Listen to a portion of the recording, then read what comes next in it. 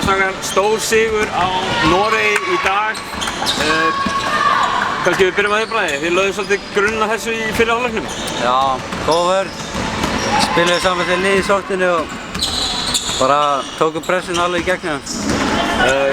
Hjörtur, þeir eru nú eitthvað að reyna að koma tilbaka. Það gekk eitthvað illa hjá þeim. Voru einhverju hluti sem þið þurftu að laga svona þessu í hálfleiknum til þess að halda þeim út úr þessum leik? Já, við vorum frekar slakir sóknarlega í fyrra hálfleik. Mjög mikið að drífa okkur sko. Já.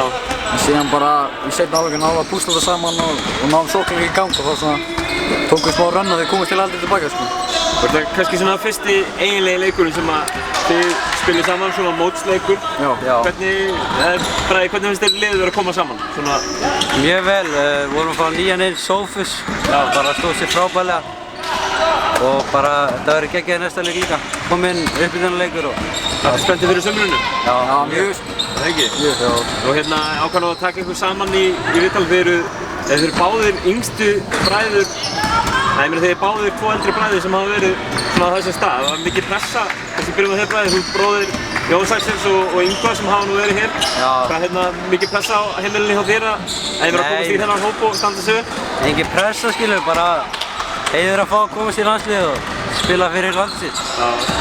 En þú, Hjörtur, eru bræðirinn eitthvað búin að, ég meina veit að einhverja ráðgjöf varðandi það? Já, segja bara að hafa gaman að njóta þessu, endur að deginn meira bara körfubolti sko. Já.